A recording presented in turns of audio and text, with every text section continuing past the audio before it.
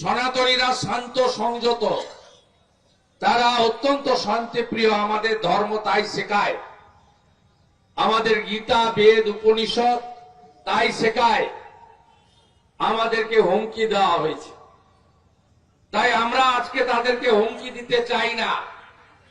আমি শুধু বৎসদের একটা কথাই বলি যে এই ধরনের উগ্রবাদ জঙ্গিবাদ দেখে নেব, মেরে দেব, কেটে দেব, এই ধরনের ভাষা মাদ্রাসাতে পড়াশোনা করলেই মুখ থেকে বেরোয়, অন্য জায়গা থেকে পাওয়া যায়। বেশি লাফালাফি করবেন না। কতগুলো অর্বাচীন ঢাকায় দাঁড়িয়ে কাল বলছে 4 ঘন্টার মধ্যে নাকি কলকাতা দখল করবে। ওই লোকগুলো কোন স্কুল কলেজে পড়েছে বলে জানা নেই আমার, বিজ্ঞানের ন্যূনতম ধ্যান ধারণা আছে বলে জানা নাই, কতগুলো মাদ্রাসাতে পড়েছে, ওই জন্য ঢাকা থেকে ওই ধরনের কথাবার্তা বলছে। আমাদের হাসিমারা বিমান ঘাঁটিতে ভারতীয় নৌসেনার যে রাফেল বিমানগুলো রাখা আছে না, তার একটা যদি পাঠিয়ে দেওয়া হয়, শুধু আওয়াজেই ওদের প্যান্টে বাথরুম হয়ে যাবে, আমি বলতে পারি। ভারত কত বড় সামরিক শক্তি ধরে এটা রাশিয়া জানে, আমেরিকা জানে, চীন জানে। ভারত থেকে পেঁয়াজ আর আলু না গেলে যাদের খাওয়া জোটে না, ওদের নুন তৈরি হয় কাঁচা নুন, যেমন দাদন পাত্র বাড়ে তৈরি হতো। আয়োডিনটা পাঠাতে হয় ভারতকে, তারপরে পরিশুদ্ধ নুন তৈরি হয়। আমরা ওদের উপর নির্ভর করি না।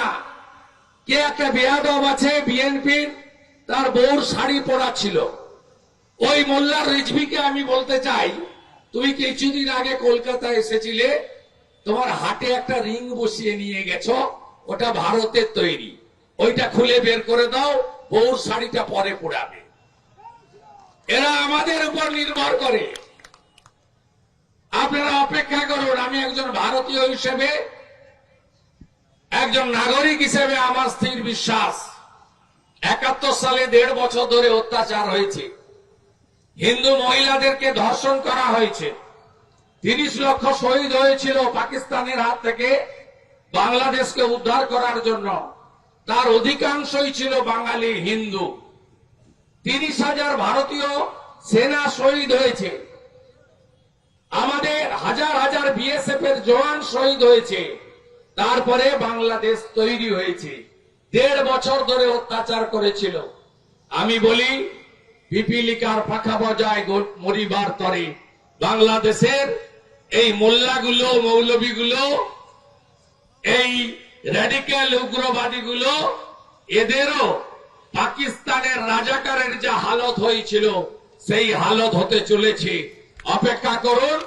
শুধু এপার থেকে ওদেরকে ভালো করে টাইট দেন, এপার থেকে টাইট দেন, আর মঠ মন্দিরে গিয়ে নিজের জন্য, পরিবারের জন্য যেমন প্রেয়ার করবেন, তেমনি বাংলাদেশের আমাদের আত্মীয়, একই ভাষায় কথা বলা, একই ধর্মীয় সংস্কৃতিতে অভ্যস্ত, ওরা খুব কষ্টে আছে, অবরুদ্ধ হয়ে আছে, ওদের বাড়ি থেকে বেরোতে দেওয়া হয় না, গ্রামের পর গ্রাম জ্বালিয়ে দেওয়া হয়, কোন মন্দিরকে আস্ত রাখেনি। আপনারা আসুন, ওদের জন্য আমরা প্রার্থনা করি।